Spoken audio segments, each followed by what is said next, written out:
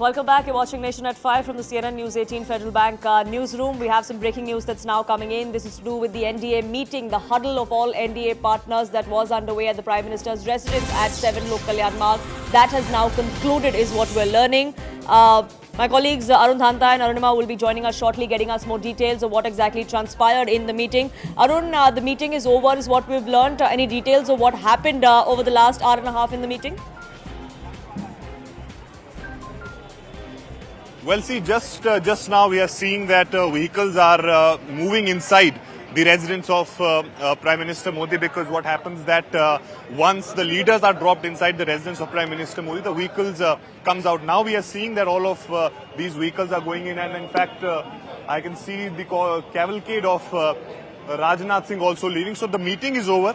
It lasted well over half an hour, and now we are expecting after this that some of the key leaders of the NDA parties will be actually going towards the President's house with Prime Minister Modi to give that support letter of the allies. As we know that the 292 is the number which NDA has with them, so therefore they will be going to the President with the support letter of all the allies, be it is TDP, Pawan Kalyan's party, Nitish Kumar's party, and all other smaller parties who are part of this NDA alliance. And once that letter is given to the President, the letter of support, then of course the procedure for the formation of next government will start. As we all know that Prime Minister Modi had met the President earlier in the day and offered the resignation of the entire cabinet. With that, the period of the 17th Lok Sabha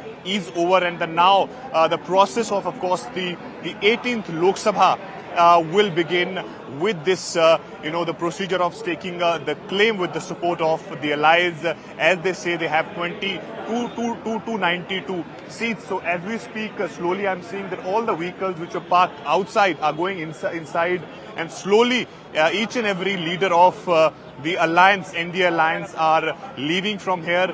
Who all are going to be part of that delegation which will visit the President's house, we'll have to see. As of now, we are given to understand that along with Prime Minister Modi, BJP Chief JP Nadda, Nitish Kumar, Chandrababu Naidu, they all are going to be part of that delegation. So in a short while from now, we'll get to know, at what time, if today they are planning to stake claim to form the government visit towards the President house. Right.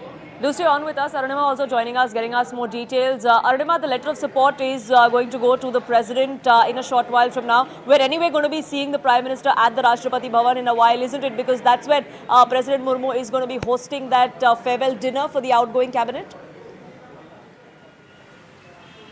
Yes, I think over the next 24 hours, President House will get ready to usher in the new cabinet and say goodbye to the outgoing cabinet. We just don't know how many of the existing Council of Ministers are going to make a comeback. Of course, some have lost, at least I think 5 union ministers have lost. One, for example, is Union Power Minister R.K. Singh, also Union Minister Smriti Irani. So these are some big names who will not be part of the council. But there could be new entrants as well. The allies are now wanting their pound of flesh, if I may use the analogy. JDU, TDP have emerged as kingmakers with their seats. So there could be new entrants from their side. What is the demand from the JDU, TDP side on the table? I think those negotiations, those formulations will take time as the D-Day approaches for the oath of Prime Minister Modi. 8th, we are told the oath could happen. Will the full cabinet take oath, or will it be a shorter version of the full cabinet which could be expanded later? All of those deliberations will happen over the next 24 to 48 hours. Common minimum program is something that TDP and JDU both are keen on. Even Chirag Paswan, we are told, has spoken about it. So common minimum program, what would be the CMP, what will be the governance direction of this Modi 3.0 government?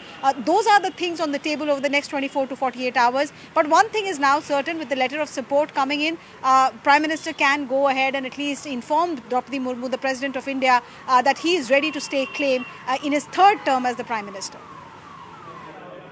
Of course, we'll wait and watch when that happens. Also, who all are going to be accompanying the Prime Minister when he does take claim. That's also going to be interesting as far as the optics go. Like Arunima was also pointing out, many of these allies, specifically the TDP and the JDU, will want a lion's share given their contribution to this alliance being able to stake claim to forming government in the first place. Arun continues to be with us. Arun, several of those leaders have left is what we're learning. Are we expecting any of them to perhaps come out and brief the media about what transpired in the meeting?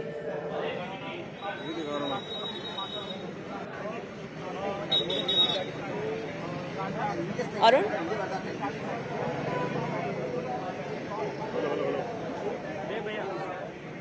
We'll try and reconnect that line with my colleague Arun, who's been reporting from outside 7LKM, the Prime Minister's residence. Even as this meeting concludes, another meeting is going to begin shortly, and that's that of the opposition bloc of the India bloc that is taking place at Mallikarjun Kharge, the Congress chief's residence here in the national capital. Arunima, we do know that 8th is the date that has been set as far as the oath-taking ceremony is concerned. It is going to be a scaled-down version of what we saw from 2014 and 2019? It's expected to, because see, 2014 was the first time that Prime Minister Modi was moving from Gujarat to Delhi. It was a big ticket event, a big show of strength. All the dignitaries from the SAARC countries were here. We saw our neighborhood heads of state, be it from Bangladesh, be it from Pakistan, all of them being present in that forecourt of Rashtrapati Bhavan. 2014 in that sense was very ceremonial. 2019, relatively scaled down, but again, the numbers with which Bharatiya Janata Party had made a comeback were commendable, that when you beat anti-incumbency and you improve your numbers from your previous term. This time, however, there are two issues. One, Bharatiya Janata Party does not have a clear majority. It is dependent on its allies. And but at the same time, in the history of independent India, this is only the second instance where a Prime Minister is getting a third shot at that high position. Prime Minister Nehru, the first Prime Minister of India, and now Prime Minister Modi. So in that sense, even this one is historic. But we'll have to wait and see whether Prime Minister Modi decides to ensure the full cabinet is sworn in on 8th, or will he take time while he speaks to his allies and gets his act together. This is the new Prime Minister and this is a new kind of government we will see, because we have never seen Narendra Modi run a government where he is dependent on the government survival for his allies, be it in Gujarat or be it here in Delhi. He's always had full majority. So that adjustment that the new government will do, how will that adjustment be done?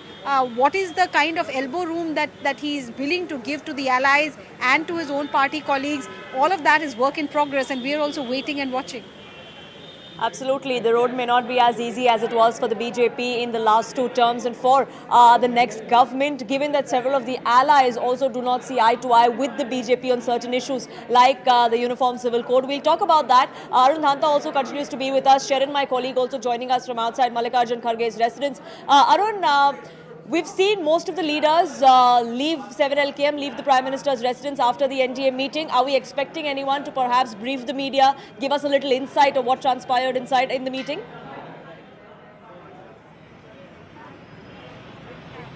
Well, see, as we speak, I can show you the visuals of the road outside the residence of Prime Minister Modi, through which, of course, all the leaders who were part of this NDA meeting are leaving. You can see on your screen at this moment some of the leaders of the alliance are leaving. We saw that earlier BJP chief JP Nadda, Defence Minister Rajnath Singh, Nitish Kumar in fact left in the beginning, and then you had Pawan Kalyan and Chandrababu Naidu. They all have left. In fact, as we speak, there are few leaders who are still inside. They are slowly coming out of the residence. So I think the first meeting of the NDA alliance is over, which happened after the declaration of the results of 2024 Lok Sabha polls. We'll have to, wait for some time to get the information as to what happened inside the meeting. But of course, one thing is sure, that Prime Minister Modi would have congratulated all the alliance partners that they have fought well this election, and in fact it should have been reciprocated by the alliance NDA parties as well for for coming back to power in third term, successively. I think these things would have been part of the discussion. And of course, as far as that letter of support is concerned,